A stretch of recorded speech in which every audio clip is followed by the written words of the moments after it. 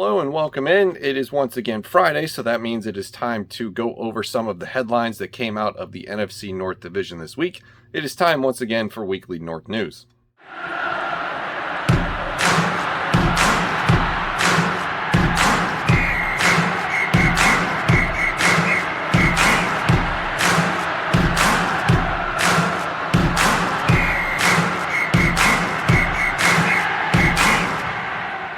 Those of you that have been here for a while, welcome to the 17th edition of Weekly North News. If you're new here or a new subscriber or just happen to stumble across this video, welcome to our Friday routine where we sort of just sit back, chill, talk about some of the stories that came out of the NFC North division. The traditional format is one story or one headline for each team. I discuss it, I give you my thoughts, we have a discussion in the comments below, and we go from there. So if that's sort of your cup of tea, if you're an NFC North fan, one of these teams, Minnesota Vikings, subscribe, stick around, see if this is something you'd like to be a part of. But if you're here right now, welcome to the program. So here we go. We're going to do the traditional format where I take one headline for each team, discuss that, and we're going to get through all of these pretty quick. This is going to be a good one because I feel pretty good about all these stories that we got this week. Now, I've been anticipating that there's going to be a lull in things that we can actually talk about, but I think there's some substantial information here for at least three of these teams this week, and then some of it is just rumors that we can speculate on, but rumors are always fun too.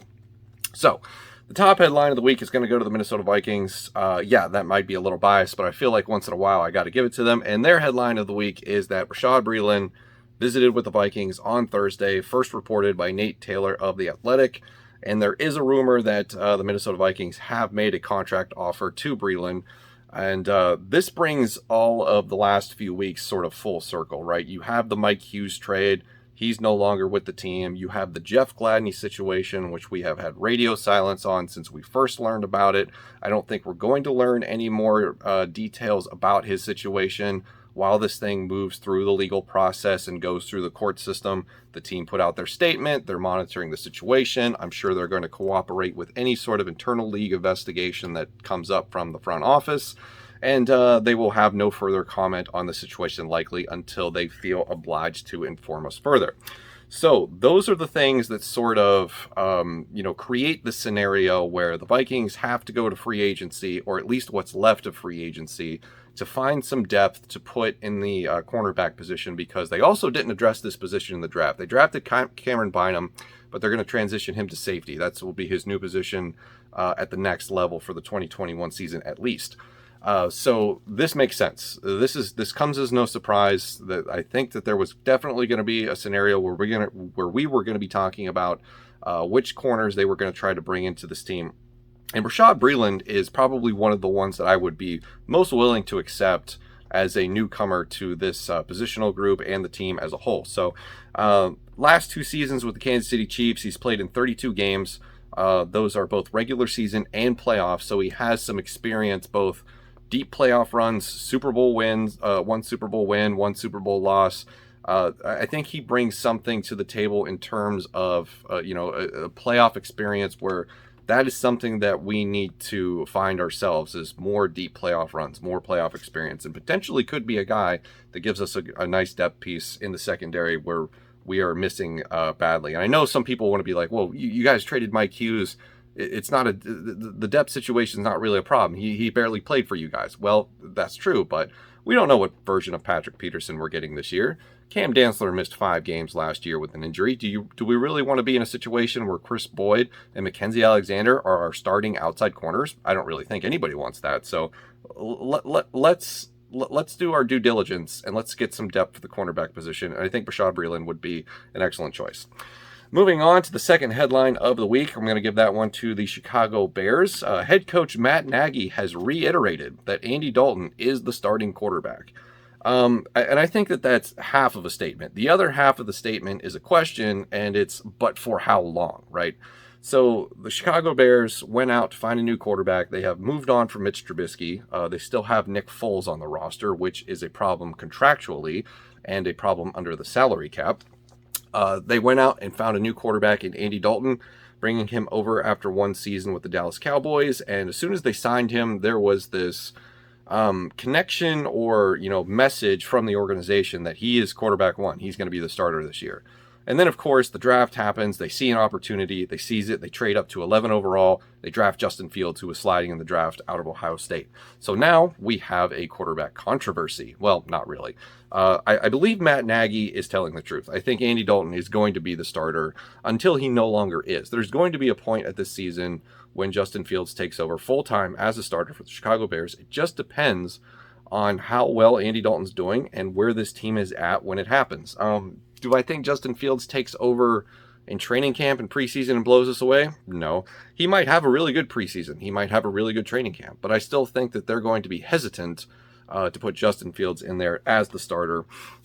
Is this really about job security, though? Because that's what a lot of people are pointing it as, or painting it as, is Ryan Pace and Matt Nagy trying to sort of, ease in Justin Fields so that he doesn't bust immediately out of the gate in the first half of the season. And I'm sure if that were to happen, both of these guys would be taking their pink slips out of the building the next day.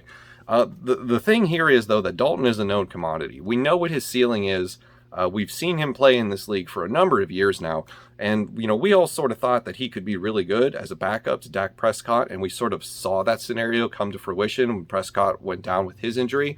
But the problem was the offensive line for the Cowboys sort of imploded, so he really couldn't take advantage of all the unique weapons that they have in that offense. He comes over to a Bears team, they get rid of their left tackle. Tevin Jenkins probably moves over to left tackle now. They got to break in a new right tackle. They've got Allen Robinson, not too much of anything else. I like David Montgomery, but he hasn't really come into his own yet, in my opinion. So it remains to be seen how successful Andy Dalton can be with this team, and I'm not really sure what this team has in terms of offense for Justin Fields to be successful early on. So this is something that they really are going to have to navigate. I believe Matt Nagy is telling the truth. It will only be a matter of time until it turns out he was lying to us. A third headline of the week goes to the Detroit Lions, and that is regarding a rumor from earlier in the week. And the new revelation by the Detroit Free Press is that the Lions did not formally offer a contract to Iowa State's Matt Campbell. He is the current head coach of the Iowa State football team, and it was rumored that they offered him a $68.5 million deal over 8 years during their coaching search in the winter. That was originally reported by CBS.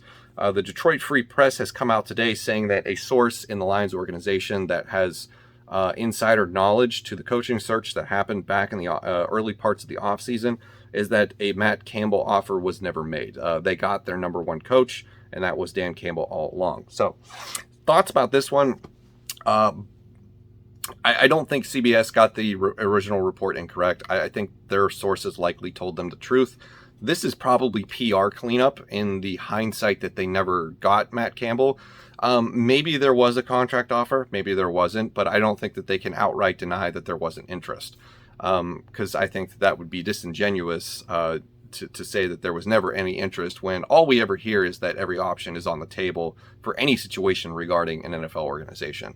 At the end of the day, this is probably just a situation where something got out that they really, don't see as a viable, thing, because they want Dan Campbell to be the guy. They want him to be their number one choice. It's the same situation really with the Andy Dalton thing. They're going to say all the right things to the media, but internally the discussions are probably way different. So it's just one of those things where I don't think CBS got it wrong. I think they probably got it right, but this looks like, the local paper, the local reporters, and we've had this conversation before where it's always better to follow local outlets, follow beat writers who cover teams 24/7, because you're always going to get the best and most relevant information out of those sources as opposed to national media that has to do the job of covering the entire dome of the NFL, which is all 32 teams, and that's a lot of work.